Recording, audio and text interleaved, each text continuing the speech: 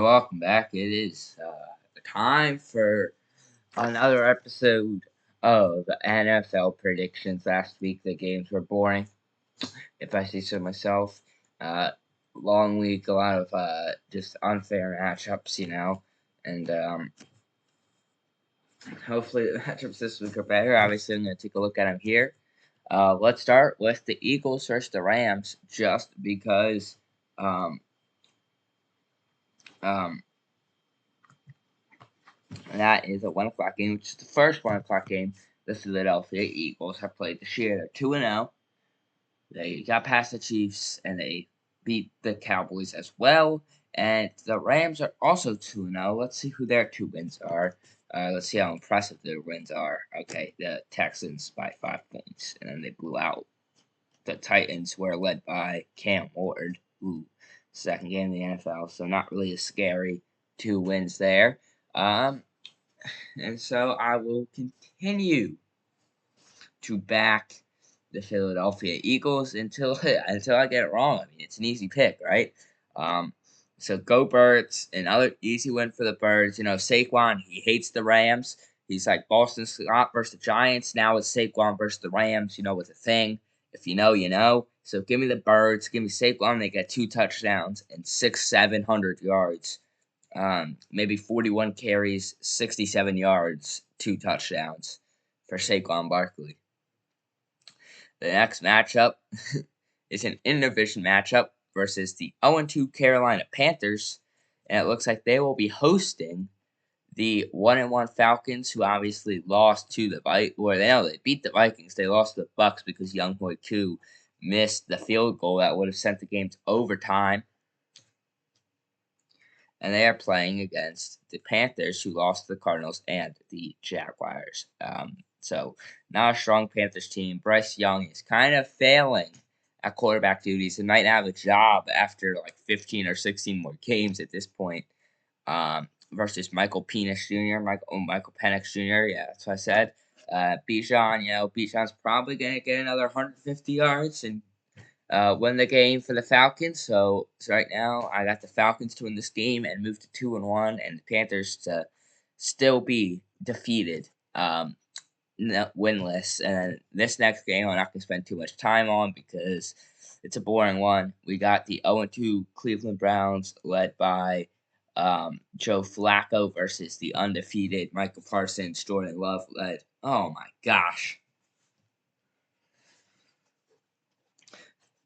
Green Bay Packers, who beat Jaden Daniels, and the Lions.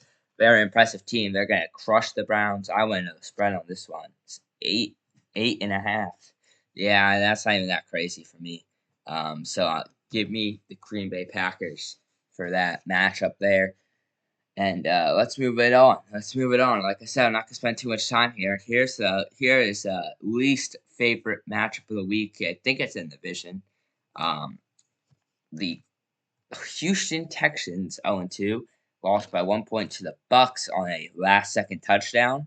9 seconds left, and then they lost by 5 to the Rams because they fumbled the ball in the 2-minute warning.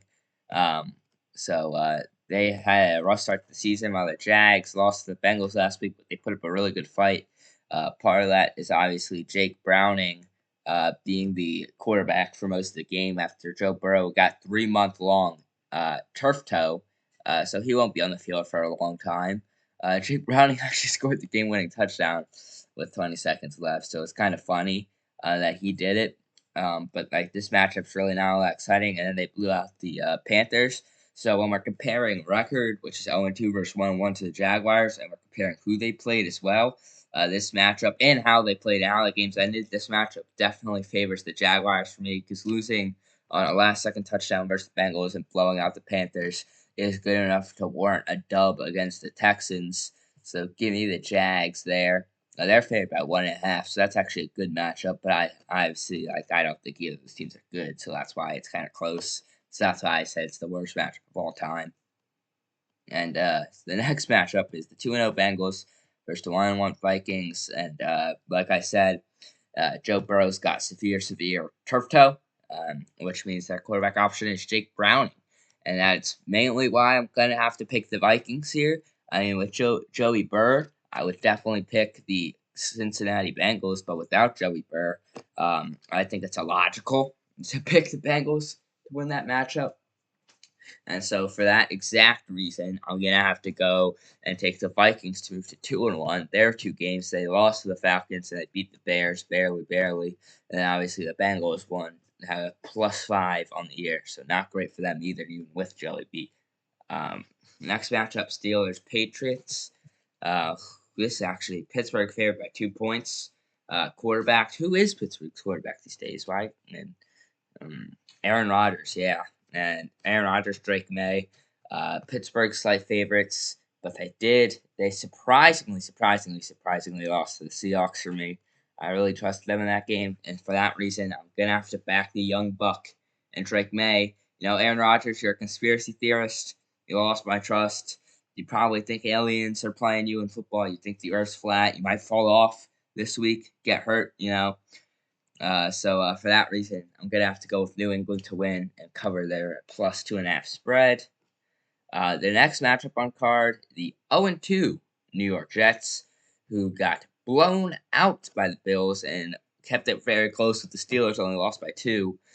Playing the Tampa Bay Buccaneers, who obviously, like I said, won on a missed field goal by Younghoe Koo and then beat the Texans by 1 on that game-winning TD. So some close games for them, but the Jets are just so trash. They might be a team that's undefeated or defeated for the longest portion of this season. So for that reason, I'm gonna take the 2-0 Buccaneers to advance to 3-0. Nothing spicy there. The next matchup, the Tennessee Titans. I think this one's a divisional too. It is. Are hosting Danny Dimes and the Colts. The Titans lost by 14 to the Rams and 8 to the Broncos. So not one game they kept within one score. The Colts blew out the Dolphins at home and blew out the Broncos as well. Or no, they did not blow out the Broncos. Misspoke. They won a game-winning field goal there by their kicker, who had got them 17 points of their 29 points that day. They beat the Broncos 29-28. What a game that was. And, of course, I'm going to back Danny Dimes and the Colts when they're playing a team as trash as the Titans. Next up, we got the 1-1 Commanders, who just got kind of crushed by the Packers, but they killed the Giants, hosting the 1-1 Raiders, who lost to the Chargers, but beat the Patriots. Respectable win there. That is a respectable win, I feel like. It's not like wow, but it's respectable for a team like the Raiders. And I'm going to back the Commanders here. I think JD gets back in his... Oh, wow, never mind. Jayden Daniels is out with a knee injury. Well, that changes things. And Austin Eckler's not playing. Okay. So who's their quarterback? Who is their backup? Is it Carson Wentz? I think he left there. Well, I need to figure out who their quarterback's going to be this week. So I want to know who, because it's so unrespectable. I still think they win.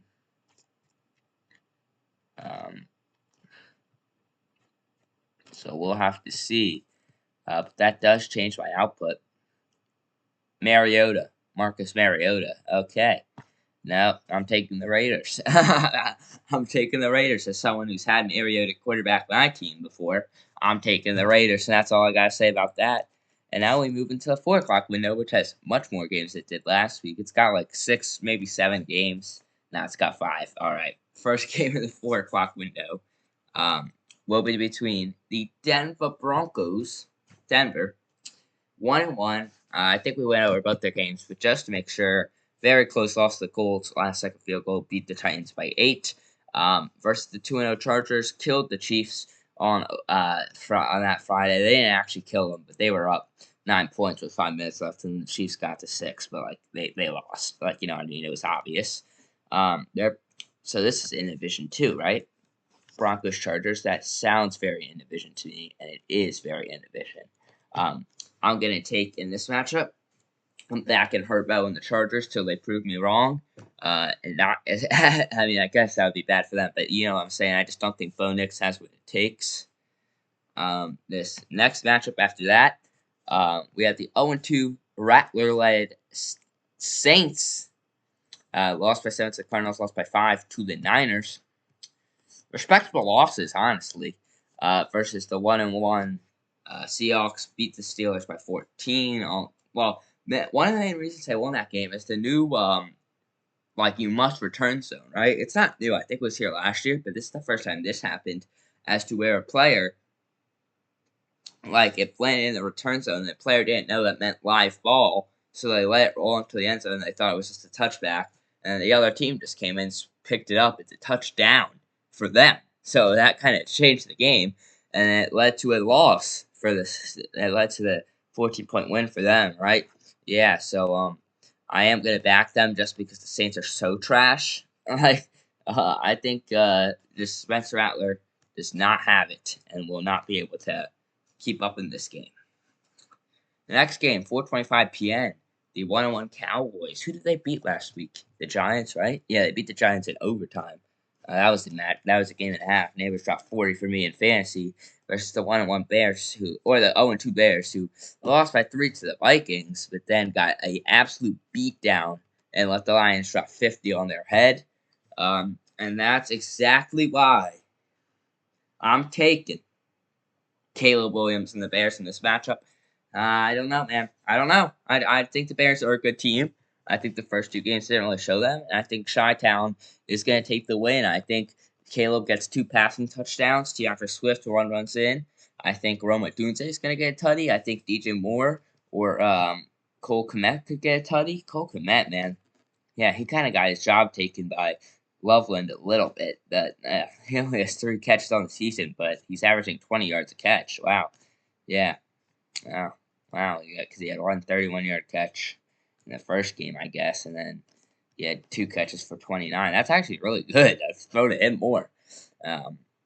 This is a good inefficient matchup. 2-0 Cardinals, who have beaten the Panthers and the Saints. So it's versus the Mac Jones led Niners. I forgot about that. Now that I think about it, now that it comes to my head, I am going to back the Cardinals here. I think San Francisco's a good team, though. I wouldn't be surprised if they win this game, but I just can't back a team that is led by Mac Jones. And I feel like that's a respectable reason. And then on Sunday Night Football, we got the 0-2 for the first time in a while. I think it was 2014. Kansas City Chiefs, who lost to the Birds and the Chargers, versus the Giants, who lost to, I don't know who that first loss was, but I know they lost to the Cowboys in OT last week and then the Commanders. And I'm going to back Kansas City. Unfortunately, I mean the Giants, they showed some heart against Dallas, and that makes me think, because I might back Dallas over Kansas City at this point, but why wouldn't the Giants, who took Dallas to overtime? With my options, I wouldn't be surprised if Patrick Mahomes lost this game, but I think that Andy Reid is drilling those boys in practice this week, and I think Patrick Mahomes is not gonna let himself fall to 0-3 and let the magic of the refs and the NFL wash away from his fingertips. And for that reason, I'm going to take Patrick Mahomes to finally lock in and finally get his first win of 2025. And then lastly, we got the 1-1 Ravens. They lost to the Bills after having a 99.9% chance to win at one point. They were up 15 or 16. I think it was 15. It was 48-25. It should have been 16. With 5 minutes left, the Bills then scored a touchdown with 4 minutes left, recovered a fumble. Josh Allen ran it in. They failed the 2-point conversion. They somehow got the ball back, and they just marched down the field for a 32-yard game-winning field goal. But then they bounced back nicely, blowing out the Browns, winning that one 41-17. The Browns got a touchdown within 2-minute warning. So, did they really, get that legitimate 17? And obviously the Lions lost to the Packers and blew out the Bears. This matchup was actually really good. This is a matchup I feel like a lot of people are going to tune in for. And this is a matchup where I'm going to have to back the Ravens just because they've shown more consistency against the teams they played this year than the Detroit, who obviously lost to the Packers, which is very worrying that early in the season. And I hope you enjoyed this episode of my predictions. This is how I'll stretch this one out to 15 minutes. And I'll get this uploaded, and then I will go watch some Davis Laver Cup tennis. Yeah, Tiafoe withdrew from this one, but he's in Tokyo. He's getting ready for the Japan Open, and he's gonna win Japan. So I'm just telling you now. And thank you for if you stayed for the 15 minutes and 20 seconds. Thank you.